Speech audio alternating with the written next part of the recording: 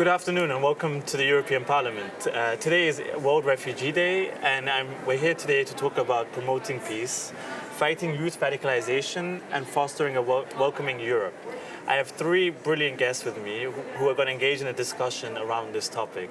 I have to my left a Member of European Parliament Sajjad Karim, who is the Vice President of the European Parliament's Anti-Racism and Diversity Intergroup and who's a member for the European Conservatives and Reformists and UK Conservative Party.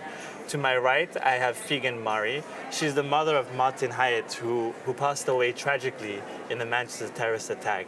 And Figen is campaigning against social exclusion, but also against radicalisation in schools, universities, and in colleges. And to my furthest right, we have Nehama Uzan, who is from the European Jewish Community Centre and who's the Programs Director. And she's dealing with issues around dialogue and diversity between different religious communities, but different social groups.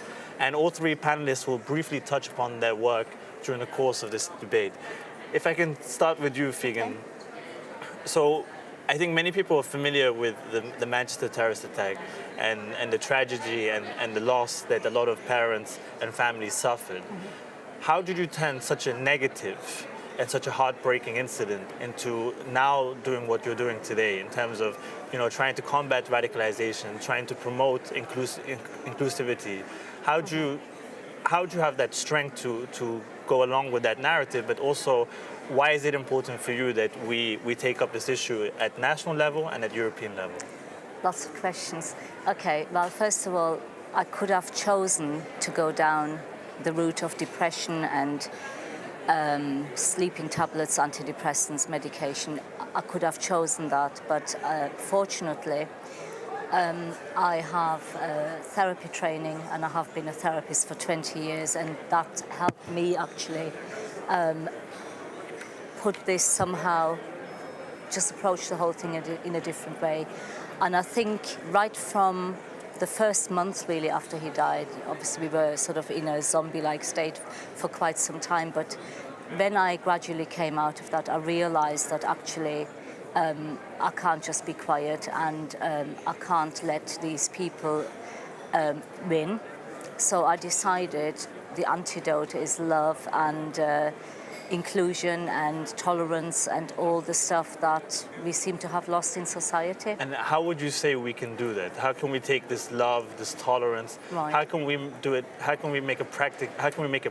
How can we, in your work over the last years since Martin's death, how have you managed or tried to do that? I think for me personally, I can't speak on a national or international level. I'm only Martin's mum, and I'm not a politician, and I'm not a professional person who deals with radicalisation on a day-to-day basis. But purely as a mum, for me, the answer is with young people, because they are the future generation. They are the future people who can actually, there's a glimmer of hope with young people. They can make their future world a better place if they're given the right building bricks from the start. So I'm trying to sort of go into schools and colleges and universities, really, even at nursery school age, teachers can do something positive to influence minds in a good way, I think. And during the course of this 1 year and your interactions with students, with kids, with young adults, how have you found them to be responsive to your message or to your aims? Have you seen that they've been very engaging in the idea of the work you're doing? Yeah, obviously it depends on the age group. Certainly in the secondary school sector, people have given me amazing feedback about how powerful they thought it was.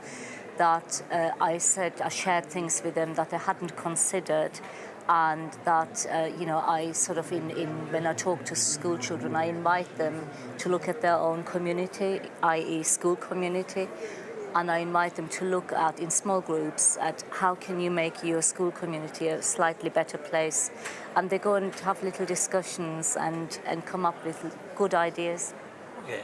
And maybe following on from that, if I go to you, Nehama, that Figen talks a lot about community and speaking with young people, kids. Working for the European Jewish Community Centre, your work on dialogue and diversity, how do you work with with young people to foster, inclusion, to foster, the idea of tolerance, respect for each other. I mean, you do it from a Jewish perspective, but how do you make interactions with, Muslims, with Christians, with people who have no faith? I mean, what are you doing on the ground more specifically? First of all, Alfie, thank you very much for inviting us. I'm very honored and humble to be sitting next to you. I'm impressed with your courage and your strength, and I wish you really best of luck. Thank you. Really, from a good part. We opened the Jewish Community Center 14 years ago as a center for Jewish people and to strengthen Jewish identity, but also to promote Jewish culture in the institutions. But following the recent news in the past 3-4 years, when we saw a rise of anti-Semitism, the Brussels attacks, the different attacks taking place in different places, we felt that it was just not fair to go only one way, us promoting our culture but not reaching out to others and hearing what others had to say. So we started organizing events in which we partnered with Muslim partners, Christian partners, Buddhist partners, to hear what other people had to say. And we felt that it was extremely necessary to start creating programs on dialogue, and dialogue in which we would promote diversity as an inclusion, as a tool for inclusion. We had the best luck to meet women like you, but also women on the other side whose sons had gone to Syria or had done not such good things, and we heard them. And we also realized the ignorance, not ignorance in the negative term, but just the lack of knowledge of these families, of these children, and the lack of understanding of what was going on in society. So we took a step back, we studied the matter, and we tried to find and create programs in which we could help out each other. And that's how we created the new branch that is called Dialogue and Diversity, that was opened this past September. And in these programs we get together women of all faith. Once every 2 months we get together for youth, for sport programs. We have an amazing partner that is called Play for Peace that gathers once a year 5,000 youth. There is a very big majority of Muslim population coming, but everybody gets together for peace. So it's wonderful programs. We also have programs that gathers people of business, Muslim and Jewish people, to make more money and to create innovation. We work on programs here in the European Parliament. But about the specific program you're asking me about, the youth, that's what triggered me the most, because 100% of the youth of today will be the adults of tomorrow. And we have a major responsibility about that. We cannot sit and wait or just sit and criticize what is going on. We have to be more proactive and create things that will help the youth. I'm myself a mother of 4 children. I'm a teacher as well. I'm trained as a teacher. So for me, education is the key one. Now, what we have done, we've gathered youth together, and first we made sure that to have a fair number of each religion or culture being recognized. And once we did that, we opened the floor to them, to tell us about themselves, to tell us about their culture, about who they are, what they were brought up to, what's their values in religion. And after that, we have a whole program in which we see what we have in common. And what we really have in common is our common humanity. And we really work very strongly on the sanctity of human life. I don't really like to say sanctity because it has a religious connotation, but the primacy of human life. And that's what we base our programs on, and then we go ahead with different events and programs in which we gather them. And so if I take what you're both saying, I mean, Figen, you're doing it on an individual basis based on the experience you've been through. Nehama, you do it from a religious perspective, but also as an active and concerned citizen, and as a mother who has four children. So, Sajjad, that's probably the best entry point for you. I mean, how can we in the policy-making field, in the political field, help to further the efforts of Figen and Nehama, but also how important is it that the work you're doing in the parliament in terms of promoting diversity, promoting inclusion, how important is that in combating not only radicalization, but extremism of any forms, including, discrimination, racism, promoting tolerance for refugees, asylum seekers, and migrants? Sure. Can I first of all start off by welcoming both Nehama and Figen to the European Parliament today. We Alfayas now are actually in a period of time where complacency is not an option. There is a need to be absolutely proactive. And it has to be on every front, but basically two fronts that I concentrate on. Of course, you have the policy making function, and then you have the practical application of politics. And I'm concerned on both fronts today.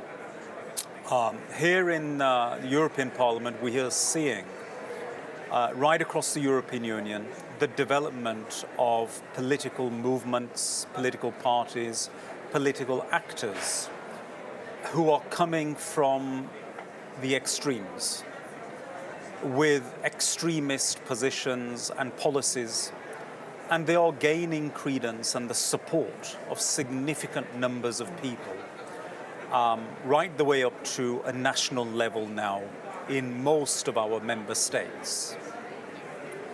That, of course, is going to set in train the policy-making direction in parliaments, in councils, in the European Union for the years to come. Now, next year we have a European Parliament election, and we have a very real danger that actually this Parliament itself could be captured by those extremes on the right and the left. The reason for that is that in the European Parliament's elections, you have firstly a very low turnout. Europeans don't really engage in the way that they should do. So that leaves it open to manipulation.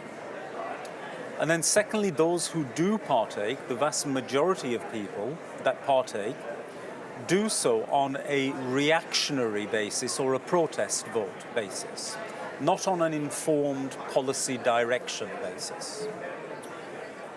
So we are entering, as I said, or we have entered a period which is presenting huge challenges.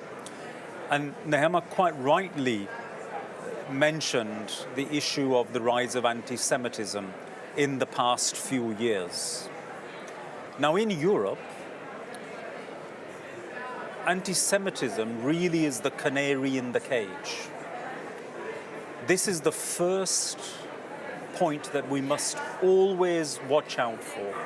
If we are going to be true to our values and true to our beliefs of being plural, of being diverse, of being a merit-based society with our anti-discrimination issues, then in Europe, the first victim of those policies being attacked is always going to be the rise of anti-Semitism. And that is why, having witnessed that in the last few years, every European that believes in those values needs to be very concerned about where we are at this moment in time. And I think that's very interesting because actually, looking at, this new wave of terrorist attacks, I mean, like say post 2011, it really started off with, the attacks against the Jewish community. We saw it in Brussels, we saw it in France, and then we saw it, more widespread in society. We saw the Brussels attack and then the Manchester attack and other attacks in the UK and other EU member states. How important do you think it is that our response is one of, inclusion? When we see those attacks, and you felt it firsthand. I can't imagine the tragedy for you and your family, Figen. But how important is it that our response is measured? Sajjad, you talk about the extreme far right in the parliament. We see how the political narrative is being not just the far right and the left. Yeah. But we see how the political narrative is, us v them, othering other people. How important is it, and I come to all three of you, maybe I start with Figen, that, we don't fall into that trap, that actually, we try to build solid, cohesive communities, and our policy making is based on that, rather than trying to divide or other groups. Figen, if you want to. Oh, gosh. For me, it starts with every individual, actually. We all, as a society, have to actually wake up and take responsibility and not just say, well, I'm not a politician, I've got nothing to do with that. We are all people who can actually proactively contribute in a positive way, somehow to change society bit by bit, you know. And obviously then the policy makers will have to do their bit. But it's not just up to politics, it's up to individuals as well. And Nehama, how would you see it? I mean, it's a mix of both as well? Well, 100%. I come back to what you said before, but at the same time, we have, in terms of responsibility, what responsibility do we have? And this is the great question, you know? If a citizen's responsibility is to vote, then it stops there. But maybe we have a bit to do a bit more than that. And I think that I would come back to education.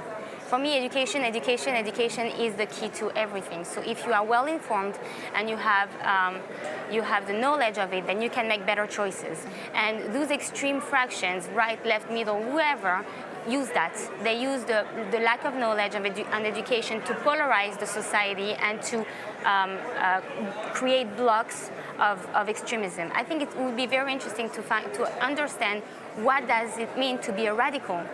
What does it mean to be a radical? What do we mean by radicalization? What do we mean by radical parties? A radical party does not recognize the difference of the other and does not include him. But if we do know the difference of the other, and if we do know what we have in common, then there is less differences and there is more inclusion. So for me, it always comes back to education. It comes back to what we teach our children in school, what we should filter what they see also in the social medias, in the news feeds that they get and they feed themselves with. And we have a huge responsibility with that. And I am not too sure if the member states realize the money that they should add in education in order to acquire better quality in what we give to our children today. And I think that's why it's important. We have people like you, but also Figen, you coming to the European Parliament to share your story and the work you're doing in schools, you know, trying to educate people from a very young age on their responsibilities, that you're not just engaged when it's an election or when it affects you, but you're engaged at all times. And Sajjad, maybe I come to you on the final word then. How can politicians take that responsibility as well? I mean, you know, what is the responsibility of politicians in all of this? Well, I think politicians have really a primary responsibility here. Figen is a constituent of mine, and the fact that we are able to undertake what we are doing here today shows how the system ought to be working. This direct connection needs to be strengthened. It isn't always there. Now, there's a number of points that have raised upon both of the contributions that have just been made now. And I think the point on education is a very powerful point. I find a huge amount of misinformation exists, and based upon that, there is actually sometimes very little awareness, or far less actual awareness of the realities, of world realities, amongst Europeans than what it ought to be. And that can lead to very dark periods in history. I see, for instance, in the last decade or so, maybe slightly longer than that, we have now a new phenomenon called Islamophobia that has developed also here throughout the European Union. And how has that come about? Actually, if you trace what happened in the 1920s and 1930s with the Jewish community and how anti-Semitism was not just developed but promoted, and you look at how Islamophobia has been brought to the fore, you will see the parallels between the two. So we find ourselves today in a situation where issues are becoming increasingly polarized, and there is a need to make sure that we get back into that center ground. That's why the sort of work that your organization is doing is absolutely vital, because the forces that are pulling ordinary Europeans to the extremes today are so powerful. They are attracting through very easy messaging. What you both have is a very difficult job, because you have got to ensure that people understand the complexities of the issues that are before them and not just look to the easy solutions. I'm afraid as parliamentarians, as politicians, in this last decade, we have failed in engaging with ordinary European citizens in that way. And we have lost the trust of people. And as politicians, I don't believe we're going to regain that so soon. That's why, as a parliamentarian, I find myself now far more reliant on people doing the sort of work that you are doing to help us regain the trust amongst ordinary people. And I think that's one of the key messages that we can convey from here in this house, but from the political field, is that we need to create an environment, an enabling environment for you to do your work, the good work you're doing. I mean, as much as we try, we can't necessarily always reach out to all levels, all stakeholders in the community. But the work you've decided to take on independently or as part of your organizations is something that we can champion and give you the voice to spread that message. And I think that's probably one of the key takeaways from this is the role we have to play to help you do your good work, because that's the role of politicians, I would say, is to facilitate this for community building, community engagement. On that note, I have to thank you, Sajjad, for, first of all, inviting Figen to come and for organizing today's event. Nehama, for you to take part, and also for the work that the European Jewish Community Center is doing.